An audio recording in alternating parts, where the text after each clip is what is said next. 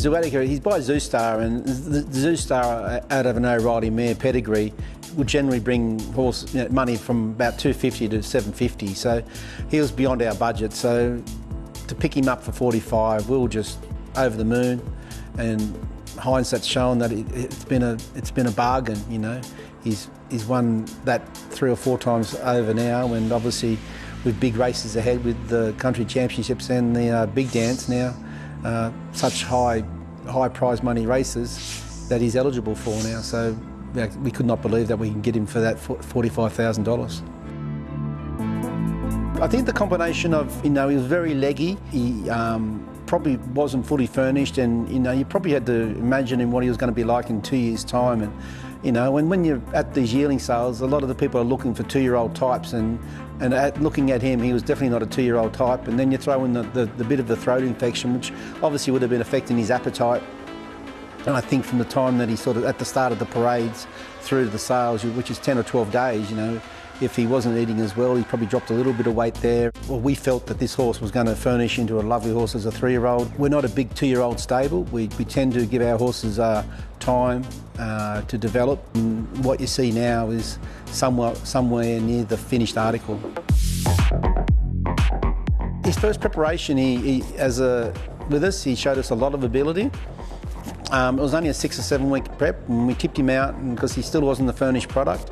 We brought him back in. I must say his second preparation was a little bit underwhelming. We thought he'd improve a little bit more, and we were going to get to the trials, but we just elected just to buy a bit more time. We tipped him out and gave him another 2 or 3 months off. And then when we did, I think our patience was rewarded.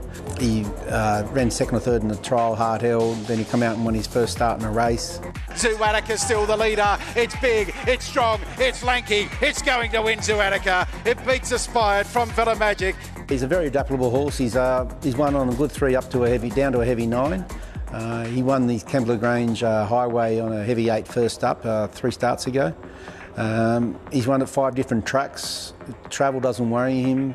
Each time he's run really well, it's been off a little bit of a break or a freshen up or a spell. So I think his first up record is quite impeccable, and all at 1400.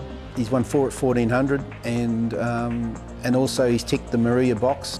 Got a really high cruising speed, and we feel that he can maintain a really good high speed and probably takes away some of the faster finishing horses out of the race, especially when he gets his own way in front. Mum loves going to the yearling sales and picking out horses, and she has a long history of buying horses and cheap horses that go on to win plenty of races. She bought her first horse she ever bought as a yearling sale was Moruya Bay.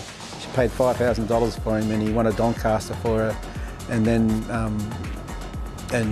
won nearly $500,000 back when $500,000 was a lot of money. Still is, but Matt and I, what we brought to the table was probably a hands-on, as Mum was obviously getting on in age, we'll be coming her eyes and ears and hands on the horses in Canberra, and we're very hands-on, and I think that's one thing Mum's taught us, that hard work never killed anyone, and like I said, the harder you work, the luckier you get.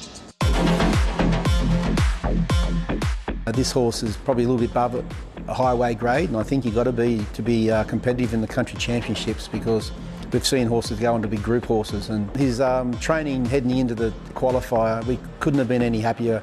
Not a thing's gone wrong. We gave ourselves an extra week and a half just in case of any what-ifs, and fortunately there's been none of them, and we're really happy with him. He's working sensational, he's fresh, he's keen, and we're really looking forward to the day.